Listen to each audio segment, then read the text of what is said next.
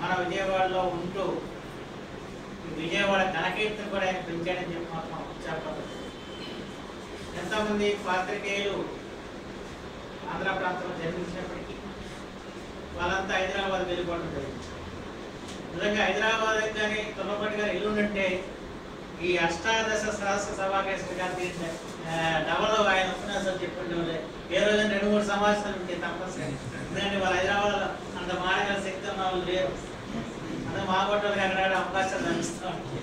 అదే తుమ్మపాటి గారు ఉంటే మాత్రం ఆయన రోజు ఒక సభ కాదు 360 రోజులు 1-2 సభలు ఉంటా ఉంటాయి.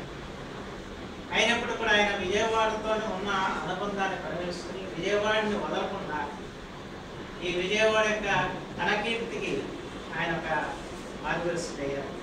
త్వరలో రాజధాని ఆశాభావంతో మనం ఉన్నాం. అందుకని రాజధాని ఆయన దగ్గర తరలి వచ్చింది తప్ప ఇది తరలేదు.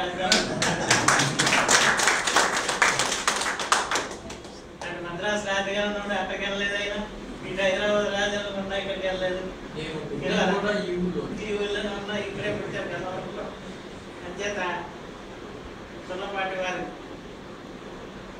తెలుగు బుక్ ఆఫ్ రికార్డ్స్ లో నమోదు కావటం అసలు వారి కంటే కూడా ఈ తెలుగు బుక్ ఆఫ్ రికార్డ్స్ ఘనకీర్తన చేసుకుంటున్నారు.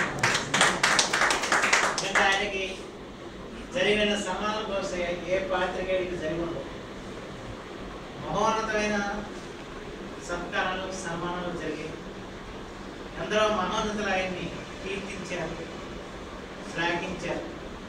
ఆయన జరిగిన సత్కారాలు చాలా చిన్న సత్కారం ఇది. ఎందుకంటే ఇది ఒకప్పుడు ఎంత పెద్ద పెద్ద సభ జరిగాయని చూశాను తుమ్మపాటి గారు. అయితే ఇది కేవలం ఆత్మీయ సమక్షంలో ఆయన స్వీకరించాలని చెప్పి కార్యక్రమం పెట్టారు. చాలా సంతోషం. అందులో స్వాతంత్ర దినోత్సవం రోజున ఆయన స్వాతంత్ర సమరయోధుడు కాకపోతే స్వాతంత్ర సమర కళాయోధుడే.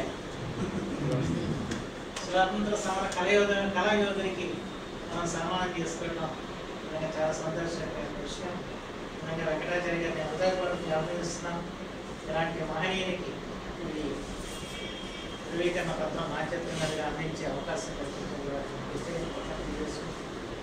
ఈ రోజున ఈ కార్యక్రమం పాల్గొన్న అందరూ కూడా నమస్కారం తెలియజేసుకుంటూ సెలవు తీసుకుంటాం. ధన్యవాదాలు సార్. చాలా మంచి మంచి విషయాలు చెప్తారు. అలాగే తుమ్మపాటి కుమారరావు గారిని వారి స్పందన తెలియజేస్తుందిగా ఈ ఆనంద గడియలో కోరుతున్నాను.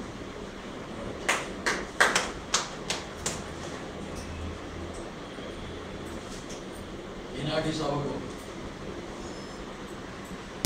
ముఖ్య అతిథిగా విచ్చేసినటువంటి ఆంధ్రప్రదేశ్